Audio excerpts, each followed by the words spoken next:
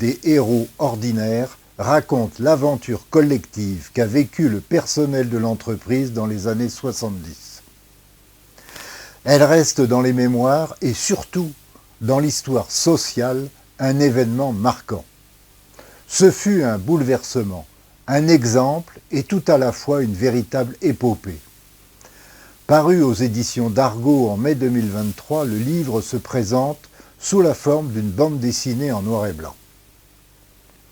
À cette époque, on parlait beaucoup de l'autogestion.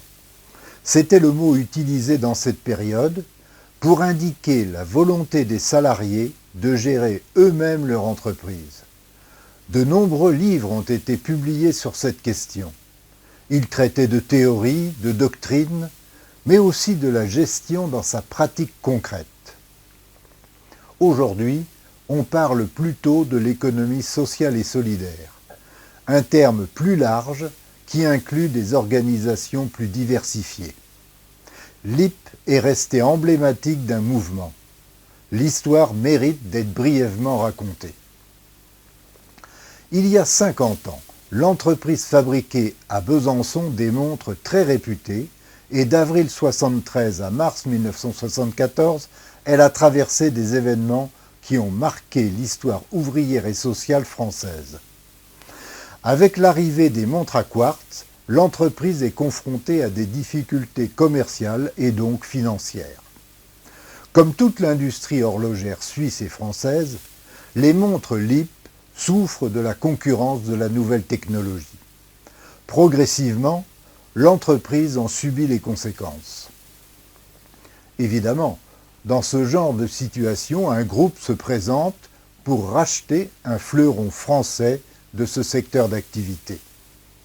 Les salariés ont parfaitement compris que le repreneur était surtout intéressé par la marque et son image d'excellence. Leur réaction ne s'est pas fait attendre. Après plusieurs actions menées par les syndicats, ils ont pris possession du stock de montres et ont décidé de travailler pour eux-mêmes en assurant l'ensemble des tâches de production, de distribution et de gestion. Leur slogan était clair et net. C'est possible, on fabrique, on vend, on se paie.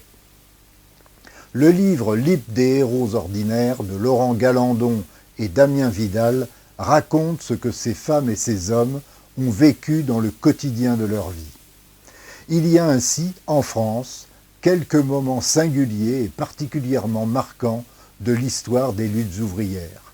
L'IP est de cela. Un livre à lire sans aucun doute. Il touche autant à l'histoire qu'à la gestion d'entreprise ou à l'économie. Il trouve un écho particulier dans l'époque d'aujourd'hui, dans une société très inégalitaire, où les politiques économiques sont plus tournées vers la vie des affaires que vers l'épanouissement des femmes et des hommes dans leur vie de travail.